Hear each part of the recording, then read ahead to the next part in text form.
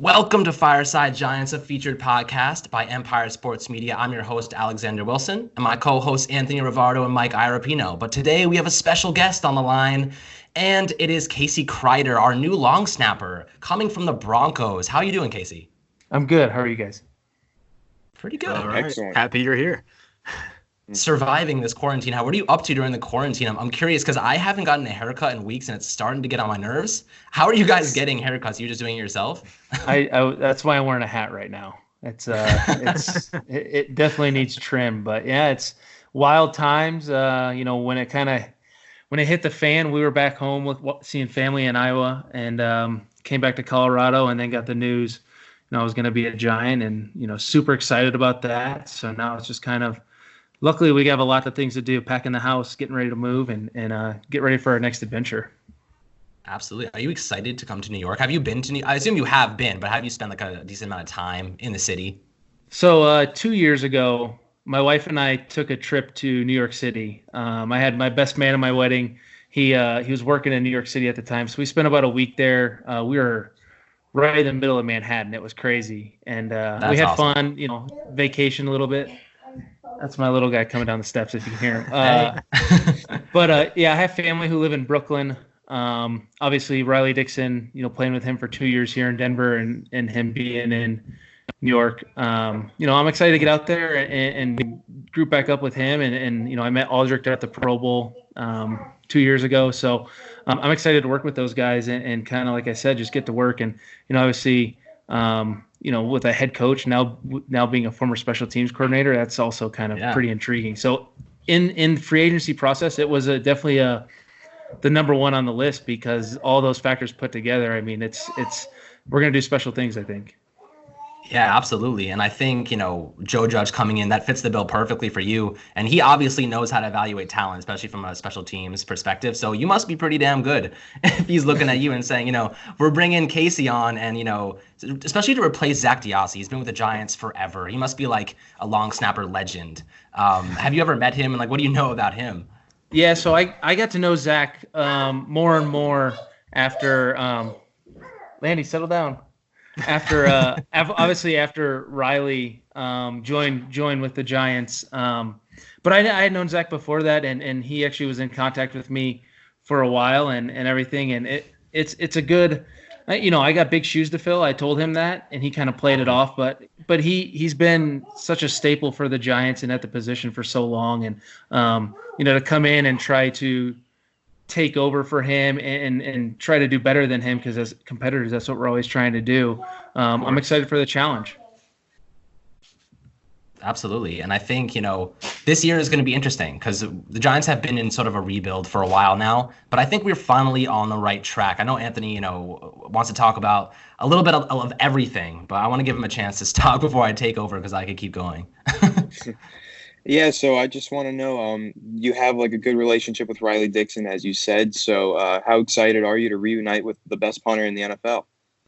I'm super excited, man. We his rookie year we drafted him in Denver, and it was my third year out of college, but it was essentially my rookie year because I had never been on a regular season roster. So we kind of came into the league together, when you put it that way. And I know him really well.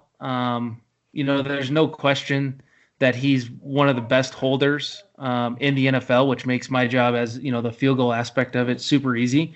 And I would like to think that I'm easily the best field goal snapper in the league, not to jinx myself. But, I think if you put it on film, the big thing that separates snappers at that position are just your laces. And if they're down, we call it 12 o'clock, pointing down at the field goal post. And, I think in the 2 years I was with Riley, there was one game, it was in Philly, where they were a little bit off. But other than that, it was almost like we were meant to be. We didn't really have to work at it. It just kind of worked out that way.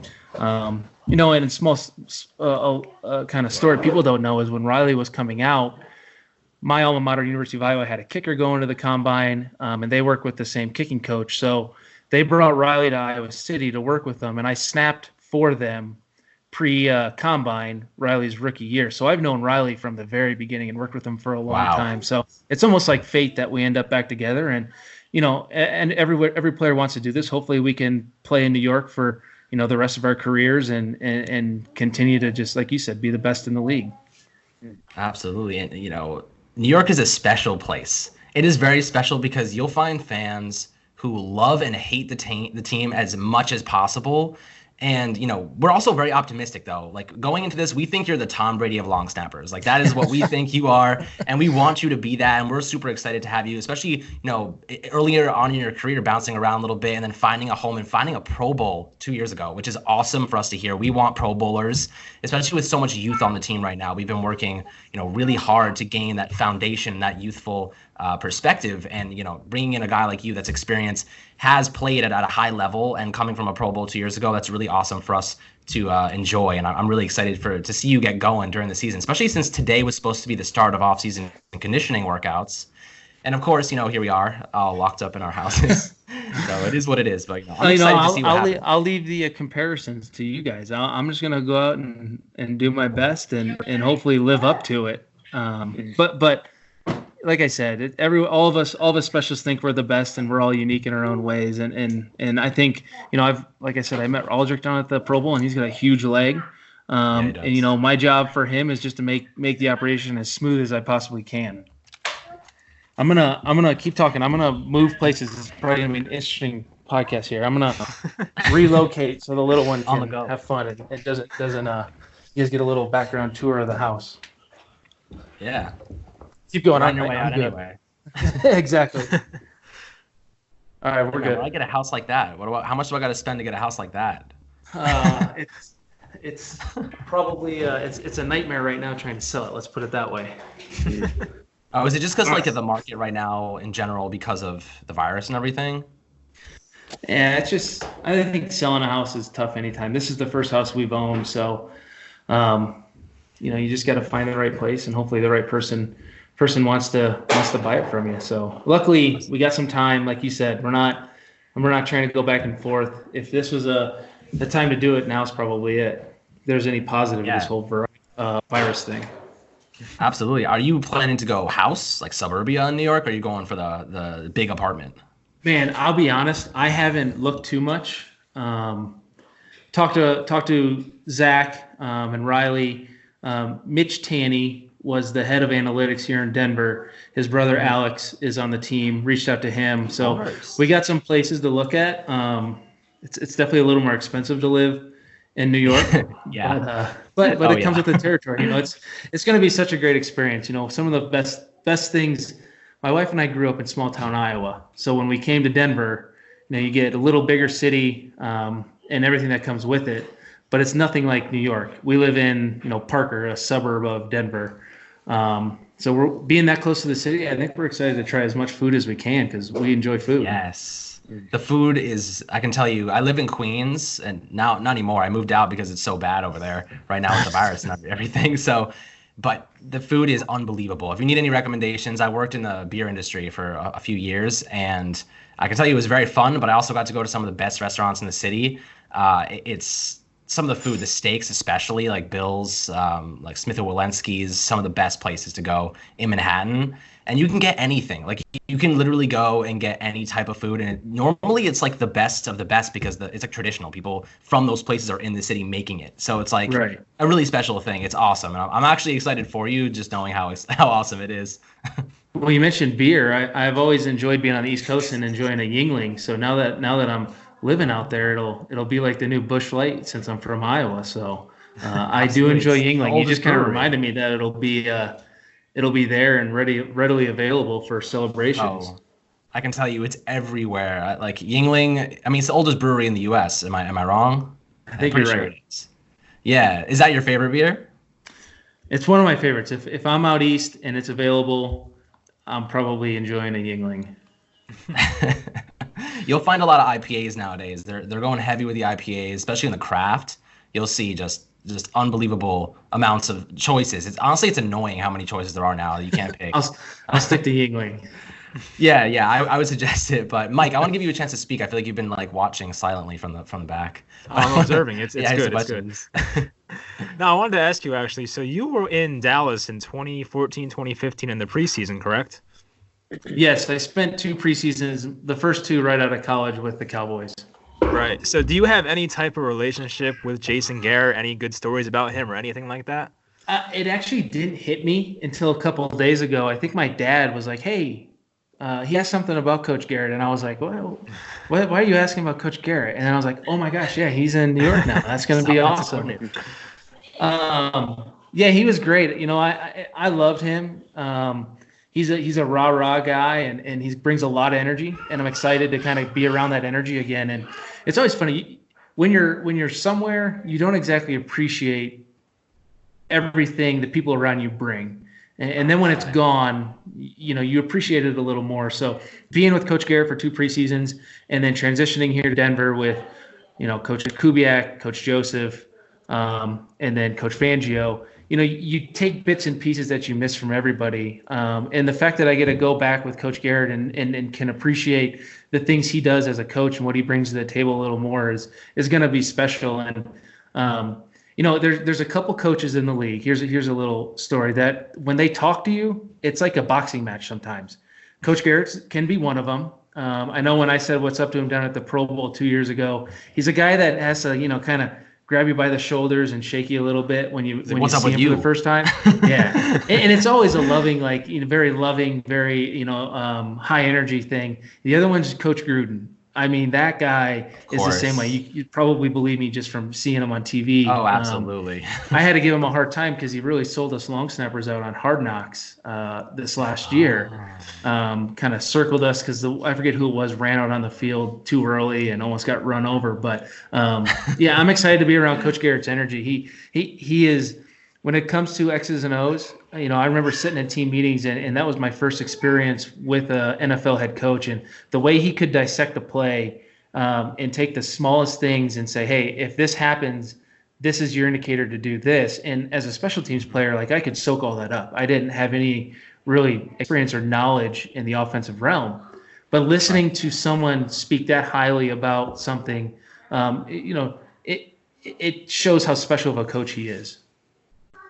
That's awesome. And like, I'm really curious to see what he brings. 'Cause I mean, we watched him for so long with Dallas, and which pains us. Like, as Giants fans, we never want anyone from Dallas. And like, but Garrett as our offensive coordinator is like the only thing I'm like, okay, I can accept this. You know, he is extremely experienced. And like you said, he's a rah-rah guy. He's going to bring that mentality, that confidence, and that motivational aspect to his coaching style. And I think he can be a great guy for the Giants. I mean, focusing on the offense specifically, do you think like what do you think the style he's going to bring, just more of like a very detailed approach, or more of like we want everyone to be like 100% all the time, like we're going to smash them in the mouth? I really wish I could give you an educated answer on that. But honestly, it's so crazy. I kind of stay in my lane and honestly don't really watch or pay attention to the offense and defense much. You know, I think it comes back to, just as a specialist, especially me, you know, I got to be ready for a field goal for anything in a second. You know, a pick six, I got to get out there and go snap a field goal. So in terms of kind of pay attention to that stuff, it's almost wasted energy for me.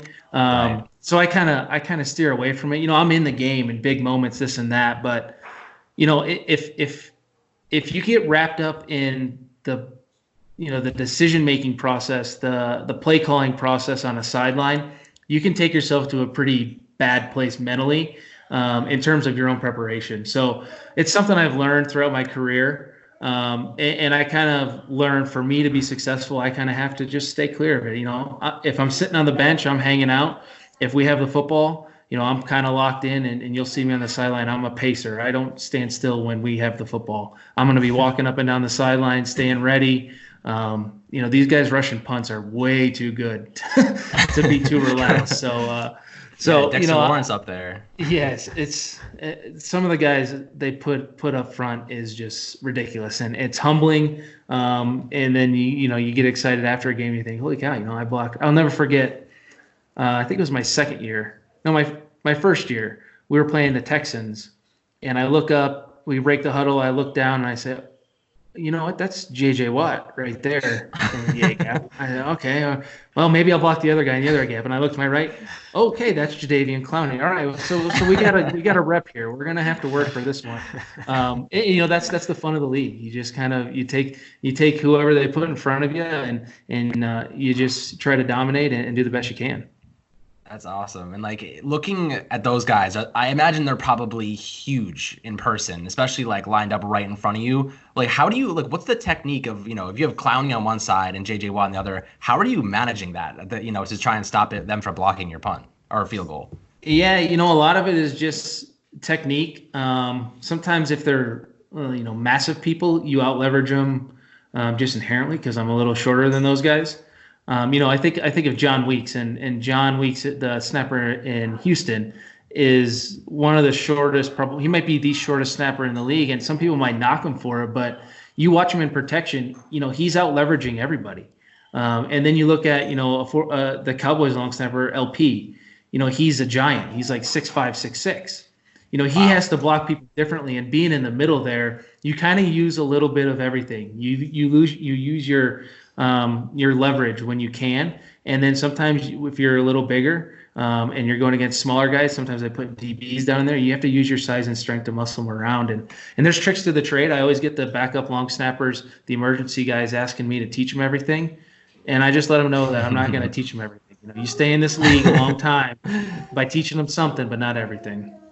Yeah, you got to protect yourself at the same time. It's like why would Tom Brady teach the backup quarterback all of his tricks? It doesn't Jarrett make any Stidham. sense. Yeah, Jarrett. Yeah, we'll see. They might go. I'm seeing mocks lately. They're going Jordan Love with the quarterback. So It's gonna be I interesting. don't know. I know it's crazy, but Anthony, I want to give you a chance to ask one of your more exciting questions. Okay, yeah, I have a couple of questions off topic. And one of them, I was checking out your Twitter the other day, and I saw that you had this really cool Luke Skywalker 1/1 trading card. And I'm also like a really big Star Wars fan. So I just want to know, what did you think of the new movie? I'm one of those guys that anything Star Wars they put out, I'm going to enjoy it just because I grew up watching it. So I'm not a good critic because if it's Star Wars related, I'm going to enjoy it. Now, I'm not such a fan that I'll concede, episodes 1, 2, and 3. Like they're very clearly the worst of the 9 movies. But the card stuff has been so much fun to get back into. I got back into collecting cards kind of this year over our bye week. I was back home, found the old cards my dad and I used to go through, and we found a 1934 Lou Garrett card. So I was like, that's this awesome. is pretty cool. Like, let's keep going through these, and kind of got back into collecting and being a kind of a self-proclaimed nerd.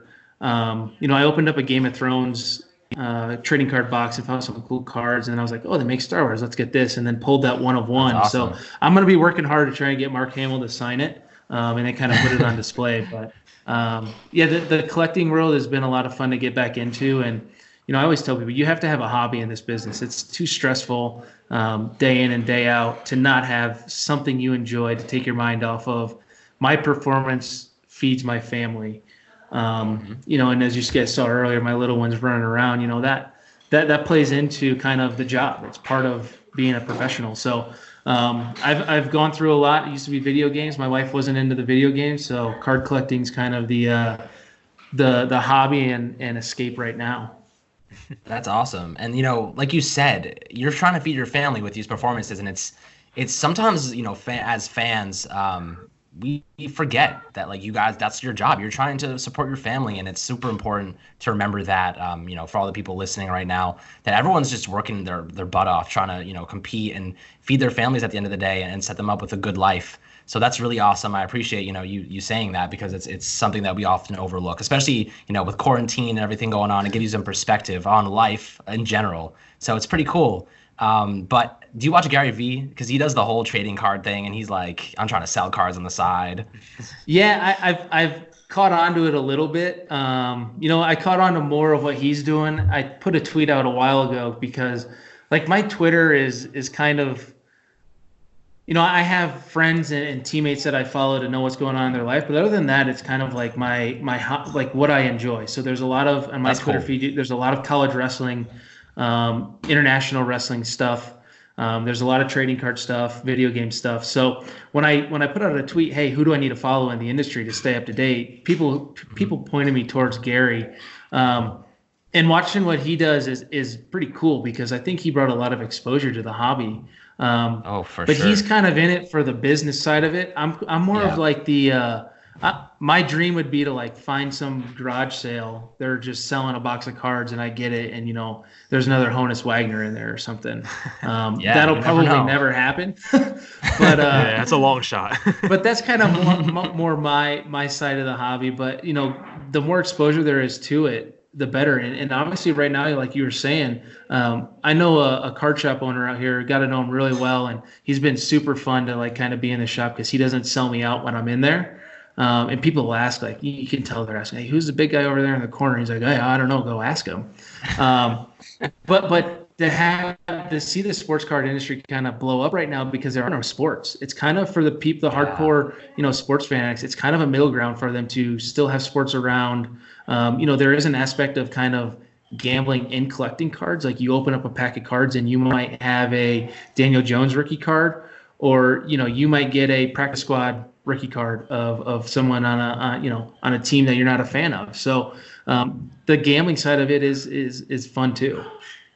That's awesome. And like, who are you most, like the 3 players you're most excited to meet on the Giants right now? Nate Ebner is one of them. He's a beast. I know he's a former rugby player and he has a lot of tricks up his sleeve, but not many people know this. I was the emergency onside kicker here in Denver, and I got a pretty mean high hop. I did a drop kick competition with the punter in Seattle. I can't think of his name right now, the Australian. He ended up beating me, but everyone claims Nate's got it down. And I'm excited to meet him and kind of challenge him when we get some free time and see who can claim the crown. I remember watching Saquon a couple years ago when he was in college. He kind of Iowa and Penn State had a huge battle, and Josie Jewell was a guy that my roommate hosted him when he was coming out of college, and I'll remember watching that game and watching Josie try to cover him one-on-one, and then he hurdled someone in that game, and the safety came flying down, and Saquon was in midair in the air, and our safety whacked him coming downhill, and Saquon didn't move. It was unreal. And I just seen his work ethic and looking forward to meeting him and honestly just getting to know Aldrich a little more. Specialists are weird. We gotta know what each other are thinking, and you got each other's back. So I know Riley pretty well, obviously from working with him for 2 years. And I'm excited to get to know Aldrich more. Absolutely, yeah. Mike, what do you got in your mind? I wanted to ask you about last year. So the 2019 Broncos season was definitely a crazy ride. You started 0-4. You had that terrible loss with the Bears, where the refs basically stole the game from you. You end the game like going 4-1. So what type of year was it? It seems like madness to me. It's part of playing football. I tell people, you play football long enough, you're gonna have really good years. Some that come to mind in college, my first year at Iowa, we went to the Orange Bowl. We lost one game that year, finished in the top 10. My junior year, we were really bad. We won like 4 games. You play football long enough, you're going to have the ups and downs. And, I think part of it is you need some continuity. And, when I was naming the head coaches I played for, 3, I've been in the NFL on a regular season roster for 4 years, and I've had 3 head coaches in Denver. And, it's kind of hard to set, get a culture that sticks and with people in and out and this and that. But like I said earlier, my job is to snap the ball to the punter and make sure a punt doesn't get blocked, and then set our kickers up for success when we're snapping field goals. And, that's my focus, whoever the head coach is, whether we're winning or we're losing. Because like I said, people don't think about this a lot. And in this new CBA, one of the big contentions was, how many preseason games are we going to play? 3, 4. We're going to have a Hall of Fame game. Well, if you're a good specialist, you're playing all of the preseason games. So while we didn't make the playoffs this year, I played all 5 preseason games we had because we played in the Hall of Fame game and then the 16 regular season games. So as a specialist, you have to be locked in at all times. Like, you don't get a preseason game or, hey, if you mess up this rep, it's okay. The success rate of us has to be as close to 100% as you can be. I'm not going to help us win games in New York, but I can really help us lose games if I'm not on top of my stuff. And, that's the focus, day in and day out. Yeah, and we saw that last year. Zak had a bunch of injuries, and that affected his performance. And that was really disappointing because he's been a rock for us for so long. And I think he had a wrist injury, and he had something else too. But it certainly affected some of his snaps. And like you said, the 12 o'clock, the laces on the ball were not pointing in the right direction.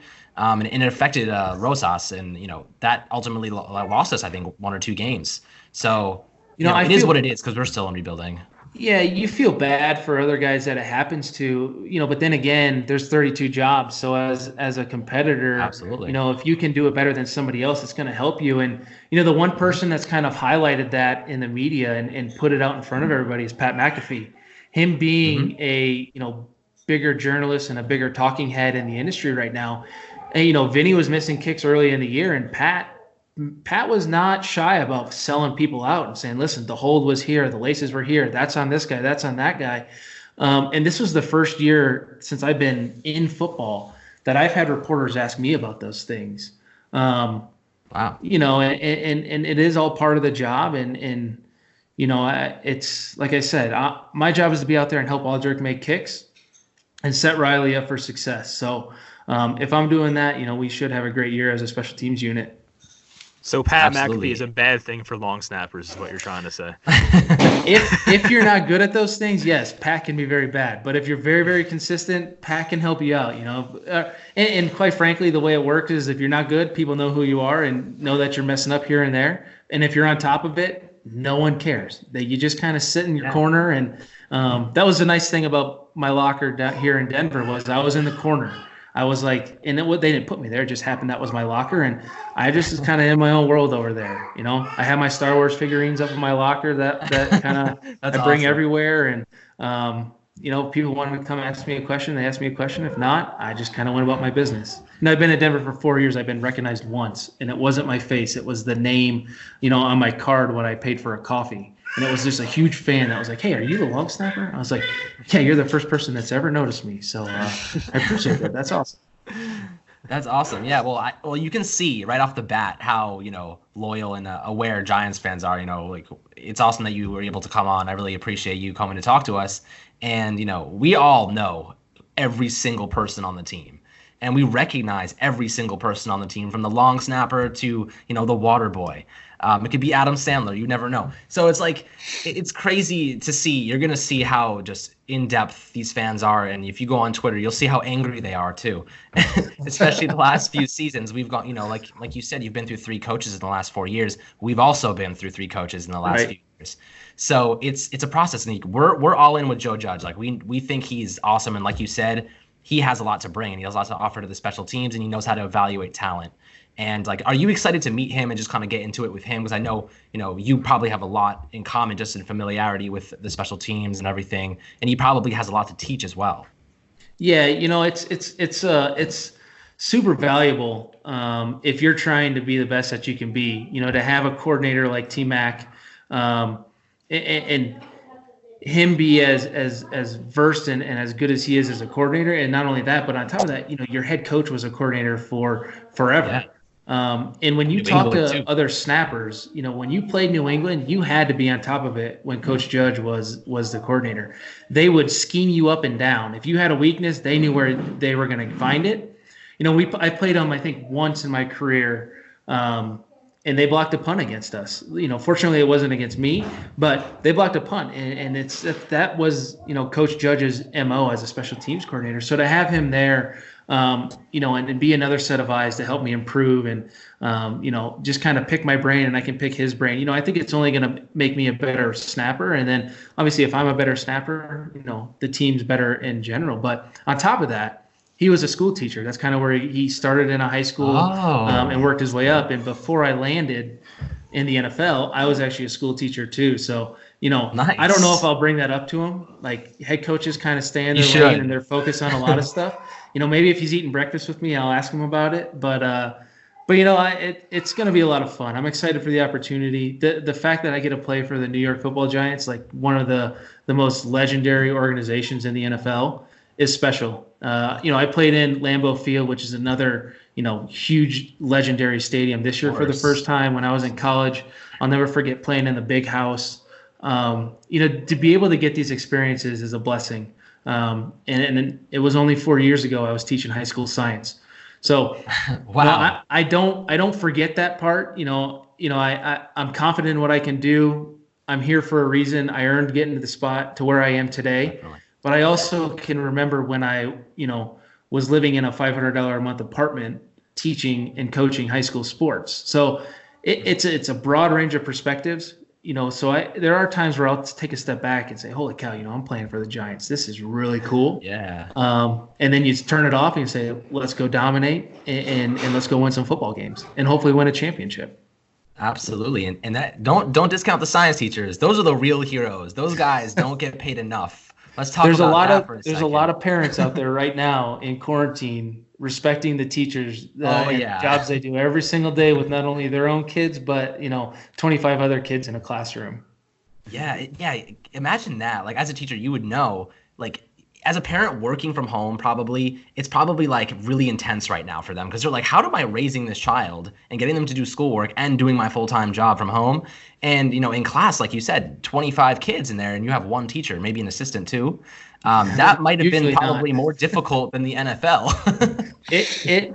Luckily I had some credibility in playing football at college and then being in an NFL camp. You get some inherent respect from your typical troublemakers just by doing that. And then, teaching's a lot of fun. When I'm done playing, I'll probably go back and teach. But for now, I'm going to play football as long as I possibly can. Absolutely. Hopefully I can and challenge Zach. I think he had 12 or 13 under his belt. So we got a ways to get there, but that's the goal. He has 2 Super Bowls too. So we got some work to do. We got to get those for sure. Yeah. For sure. Oh yeah. Anthony, what do you got? Am I allowed to ask you about? I want to ask him about who we want at number 4 because I know you're an Iowa guy. You a Tristan Wirfs fan or what? I know Tristan. He's a big wrestler. When I was back home, I was training at the university and ran into him. And some of those guys Iowa puts out, some of those big guys. You think about Brandon Sheriff, Marshall Yanda, Riley Reef, Brian Bulaga. I mean, these are massive human beings that have incredible athleticism. And Tristan's one of those guys. But whenever I get asked these questions, I always have one answer. The only person I don't want them to draft is a long snapper at number 1. Don't draft a long snapper. I'll be good. We already have you, man. Well, I feel good about that. But, like I said, Coach Judge, he knows what he's doing. As a player, you just put your faith in them. And like I said, he's a former teacher, so he's a smart guy.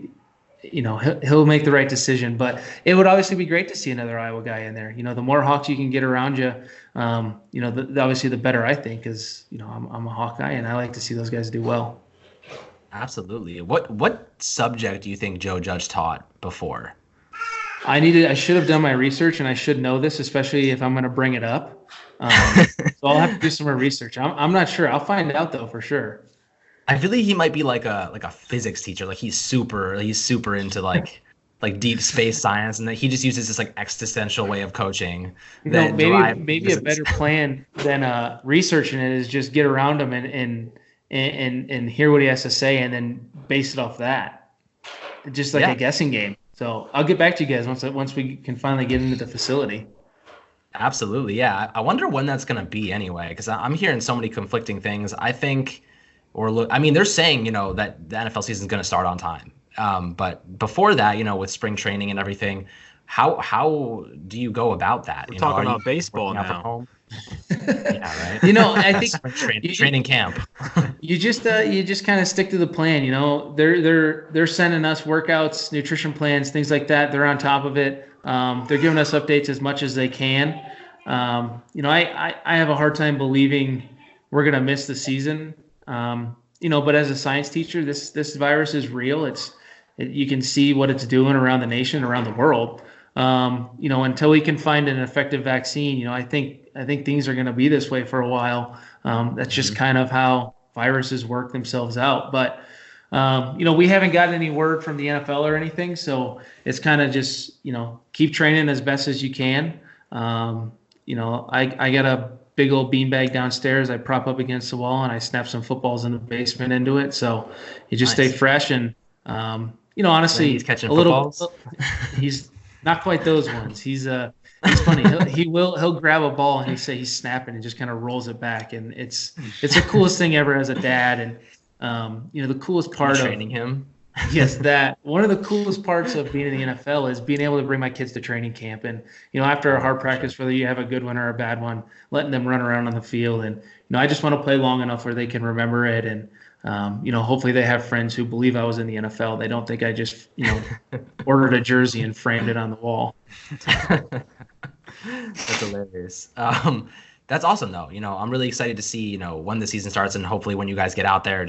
We need sports. Like, I'm going crazy, and it's especially in New York. I don't know if you have like a yard and all this space, but in New York, a lot of the houses are closer together, or you're living in a city setting. So it's really difficult to go outside right now and actually do things. And like you said, a virus, it could last a while. So it's pretty interesting to see what's going on here, and you probably should stay there as long as you possibly can, because it's not it's not that nice right now. We've never seen anything like this. I think the last time major sporting events were canceled was World War II, which is a completely different scenario. So as a scientist, I'm interested to see kind of how this thing plays out. As a football player, I want it to stop tomorrow and we can get back to work. Most football players by the end of the season are just done. Like, their bodies are shot. We need to recover. Not so much, me. My workload isn't anything near some of those other guys. But the guys I've talked to, it's getting to that point where we're all itching to get back into a locker room, get back into a meeting room, hit the weights with your teammates, and eventually you get ready to strap on the pads and go to work. Absolutely. And, I want to let you go soon. So I'm going to give Anthony, and Mike one last question to ask you before, we say goodbye, and thank you so much for being on the podcast. Yeah, so the Giants today, they released the official numbers that all the free agents are going to be wearing this upcoming season. But for some reason, you weren't on the list, and I know that number 42 is what you wore in Denver, and that's retired by the Giants. So what number are you going to be wearing this year? I saw something posted a couple days ago, maybe yesterday. They had me in 58, and when I signed, my wife, the first question my wife asked me was, "What number are you going to be?" And I looked it up, and I saw 42 is retired. I said, "Well, not 42." So she was upset because she just bought, of course, she just bought this nice jean jacket that had 42 on the back. It didn't have any Bronco stuff on it in case, because you kind of plan for that in this business. Of course. So I don't know. I reached out to one of the equipment guys and just said, "Hey, do you guys got an idea? Are you guys assigning it? Do I get to pick it? What's available?" And honestly, I'll take whatever they give me. I'm just happy to have a number. Yeah. I think 42 may have looked better than, let's say, a 58, but there are advantages because the NFL went to this new rule where if you're an eligible number on punt or field goal, you have to report every time you go in. Report as ineligible. In my 20-some years of playing football, I've never had to do that, and it was honestly kind of annoying. I hated doing it because if you forgot to do it, the officials would get after you a little bit, and I usually got a good relationship with those guys. So if I'm not an eligible number, I won't miss reporting. Like I said, I'm just happy to have a number. Zach, when I talked to Zach, he said, "Hey, just take 51. Your wife can have all my wife's old stuff." And I don't know if I want to go there. I don't think I want 51. That's Zach's number. He built his legacy. I'm going to try and build one under a different number probably. Absolutely. Awesome. That's honestly a great answer. Mike, let's give you the last shot. All right. My last question is a pretty simple one. Who's like the biggest character of a teammate you've had in the locker room that's like just a crazy person, guy dancing around, doing a bunch of crazy stuff? Who would it be in your mind? Oh, man. There's a bunch. There's a few that stick out. One of the guys that stands out a bunch is Des Bryant when I was down in Dallas. My locker ended up being right by him, and I knew who he was, but when you watch these guys on TV, you know him in pads and a number. So I didn't really know him without his pads and helmet on. And there was someone out on the field just doing crazy routes, catching the ball crazy, and I was like, "Yo, who is that?" They're like, "That's Des Bryant." And then he comes in, I'm like, "Oh, my locker's right by him." So I got to know him really well, and he was a great guy. And I'll never forget, we were in California doing training camp, and he looked at me and he's like, "Bro, you need to untuck your jersey." I was like, why? He's like, you need some swag. I was like, listen, I'm from small town Iowa. Like, this is my swag. I took my jersey in. He's like, no, just wait. So he yelled at one of the equipment guys to go get something. He comes out and he gave me these brand new pairs of Jordan cleats. I was like, Des, man, I can't take. He's like, no, you need to wear them right now. I was like, whatever. Okay, you're like, I'm a rookie. I'll listen to you. And I remember wearing them, and that was like, I got so much credibility from the people at training camp, and other teammates were like, yo, are those yours? I was like, yeah. And I still have them in the basement. So he was one of the biggest characters. Obviously, Von Miller's another one. Yeah, that's what I was going to say. Yeah. What you see of Vaughn on TV and in commercials, that's who he is as a person. Like, that's genuinely Vaughn. He's just a fun-loving guy. He's pulling pranks on guys in the locker room. He knows everybody's names, which is crazy. Like, I won't forget. Like, it was my first year. It was like the second road game. He walked by me. He's like, hey, what's up, Casey? And I was like, I don't know if I've ever sat down and talked to you, but you know my name. That's pretty cool. And then eventually you get over that once you're in the league. You're like, yep, that's Von Miller. Obviously, that's Justin Simmons and Philip Lindsay. They're just guys, But those two guys are hilarious. Vaughn, I have a signed Old Spice ad. He hung up in my locker. God, that's hilarious. And that's kind of obviously being into sports cards and collecting stuff. I have some cool memorabilia that teammates have just left, and I'm like, hey, I want that, and they're like, why would you want this? Just give it to me. I'm gonna make a big display of all the stuff. Be a lot of cool stories. Absolutely, that's awesome, man. And I thank you so much for coming on the podcast. Those stories are incredible, and good luck, with the season. And we'd love to have you on again and just talk shop and have some fun. I thought this was really cool to get to know you as a person a little bit more.